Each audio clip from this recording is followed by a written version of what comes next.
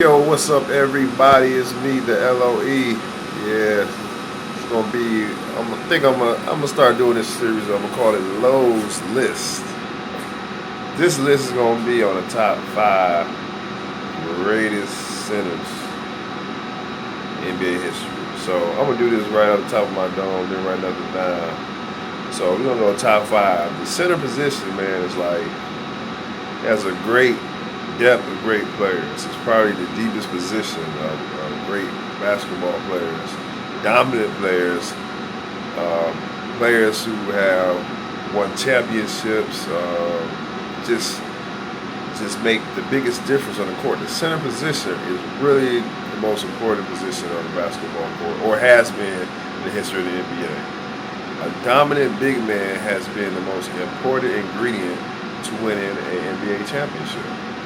You go all the way back to Minneapolis Lakers. They had George Mikan. The Boston Celtics had Bill Russell. Then you had the Philadelphia Warriors had Wilt Chamberlain. Then you have New York Knicks, who were a great team. They were a great team. Period. They had Willis Reed. I mean, having a great big man has been like the most important thing, or the most consistent thing needed to win a championship. It's not always the case. You don't always need. You need certain things to offset not having a great big man. Like you have the Miami Heat just recently won 2 championships, but they had 2 superstars at the 3 and the 4. I mean, at the 2 and the 3. And then you got Chris Bosh. I don't know what you consider him a big man or not, but usually you need to have a great big man to win a championship.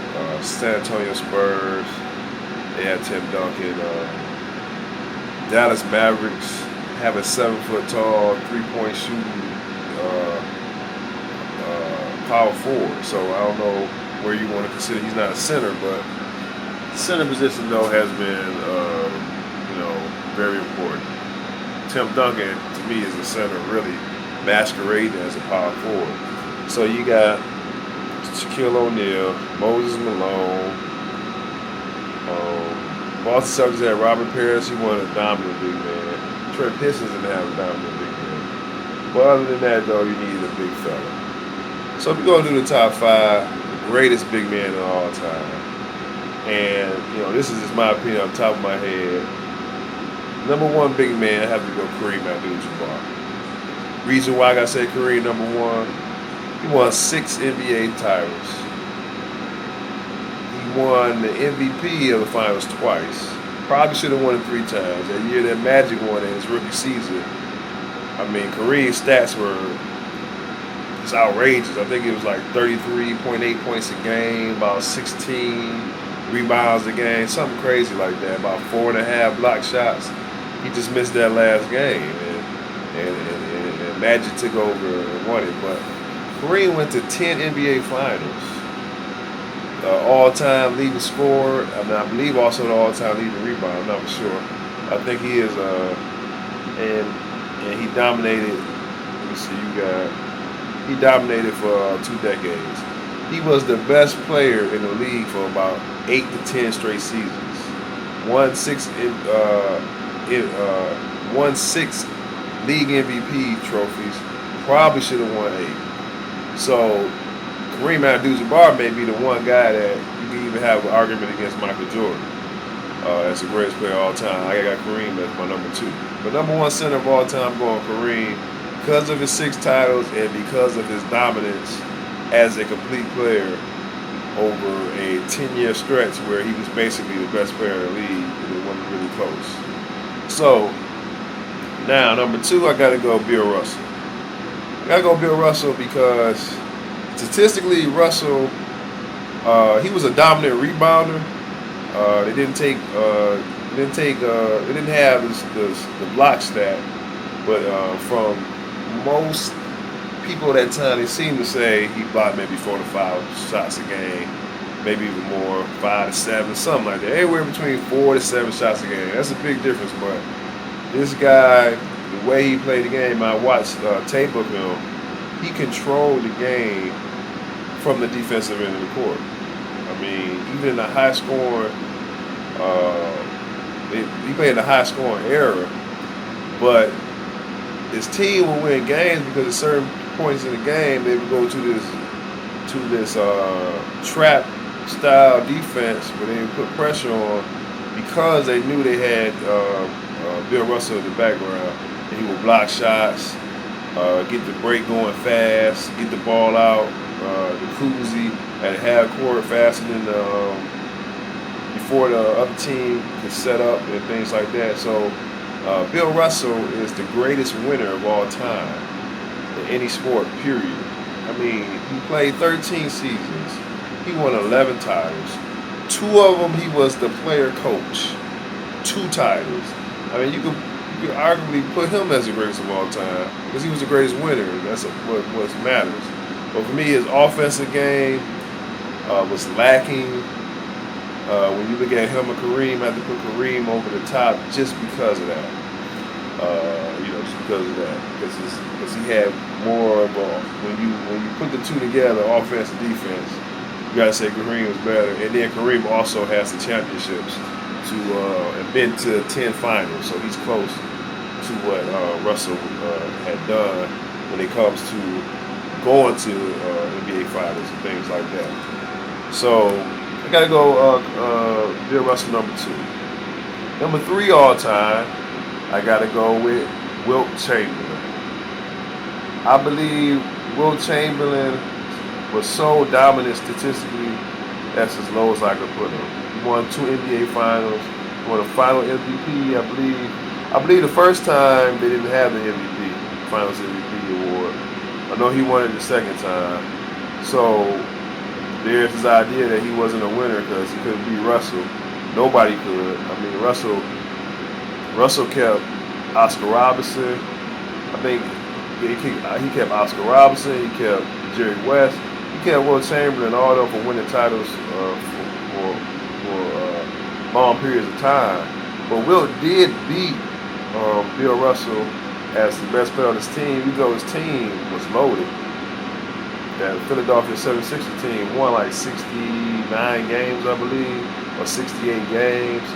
And they're one of the greatest teams ever assembled. But Wilt Chamberlain was just so dominant on both sides of the ball, scoring-wise, rebounding defensively. He led the league in total assists one year at the center position. So for me, he was just too good statistically to play lower than number 3, even though the guy got after him won more titles, and it's my favorite center. But Wilt Chamberlain, got to put him number 3 all-time centers. 100 points in one game. I know players was less athletic back then. They were smaller. They were shorter. Especially that season, there was only about 3 or 4 7-footers in the league that year, and a lot of them didn't even play that much. So Wilt had a big advantage. But Wilt Chamberlain at 7'1" or 7'2", close to between 290 and 300 pounds. He had to have at least a 40-inch vertical leap. I mean, the guy was probably the greatest specimen you ever put on a basketball court. He was strong. He could bench about 500 pounds. So even in today's game, he would be a dominant player. I mean, you look at his stats: 30 points a game, I believe 22.9 rebounds a game, something like that. Something sick. He wouldn't average as many rebounds. He could probably knock 6 or 7, maybe 6, 7 rebounds off his average. But just think about that. If he played from 85 to 2000, he would still get 15 rebounds a game. He would still get close to 30 points a game. The only reason why he only averaged 30 points a game in his entire career is because he stopped playing the same way. But if he played the same way where he wanted the ball, he wanted to score, he could still get you 30 a game today. At number 4, I got my boy Shaquille O'Neal. Man, Shaq, when I first saw him in college, I've never seen anything like him and haven't seen anything like him since. The way this guy would just dominate, just dunk on you, like you weren't there, didn't care. You never seen a player just decide, I'm going to dunk on you. Every time I get a chance, I'm going to dunk on you, and you got to stop it. and nobody could do it. So Shaquille O'Neal, man, just took the league by storm. His first 13, 14 years, you take his first 14 years, and it stacks up against anybody that's played the game. His first 14 years, when people talk about all-time great lists, they always put Larry Bird over Shaq.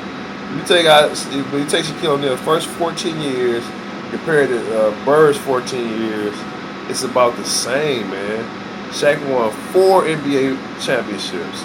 He went there 6 times. He's probably the best NBA Finals player next to Michael Jordan we've seen in the last 30 years. The best in the NBA Finals. Shaquille O'Neal, I mean, just to watch him dominate teams who planned on how to stop him, send 2 to 3 players at him every game, man, and it still didn't matter. So he went to the finals 6 times. In those finals, 3 times he played against the Defensive Player of the Year. And in those times, at the center position, in those times he averaged about 28, 29 points a game and shot 60% from the field. The guy was unstoppable throughout his career, through his prime, up to about 14 years.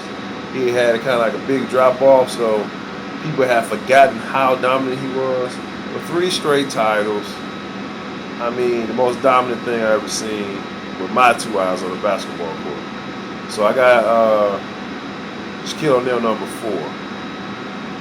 3 Finals MVPs. Should have won about 4 NBA MVPs. Only won 1. It's ridiculous. The NBA MVP is like, sometimes that award is meaningless because people get confused on how to vote. But anyway, number 5, I got Akeem Olajuwon. Now some people would say, well, Akeem should be over Shaq, and I understand that argument. Akeem was the better defensive player, and he was more skilled offensively, and he outplayed Shaq in the NBA Finals in 1995. But my issue with that is that King was at the height of his powers. His game was at its height. Shaquille's wasn't. And also, Shaq played very, very well against Akeem. Akeem dominated, but so did Shaq. But, so it wasn't as big as a difference as people think. But Akeem Olajuwon has the best footwork I've ever seen. He got away with traveling a lot, but because his footwork was so well, you didn't know when he was traveling. And also, just his all-around game, man, just defensively and offensively, he may be the best all-around center.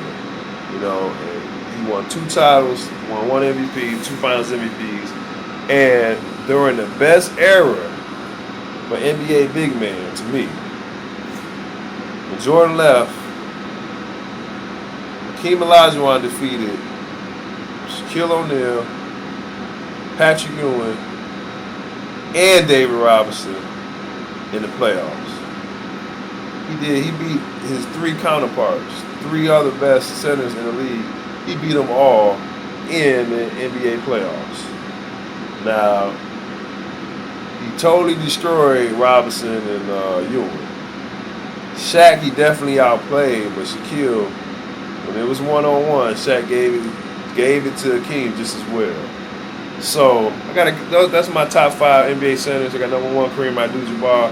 Number 2, Bill Russell. Number 3, Wilt Chamberlain. Number 4, Shaquille O'Neal. Number 5, Akeem Olajuwon. Or you could just say it don't even have to be a number, but those my top 5. It don't even have to be in that order. It could be, you could say full both. I could say Shaq, Akeem, same position. It don't matter. Those are top 5 best centers. You got honorable mention. One guy that gets forgotten about is Moses Malone. He has the MVPs. He has the title. He has the stats to be up there with these 5 guys also. You got Moses Malone out there. You got Willis Reed. And you got George Mikan. So you got other guys that you can also put up in there, but those are my top 5. That's Loe'S list number 1. And we're talking about the top 5 NBA centers of all time.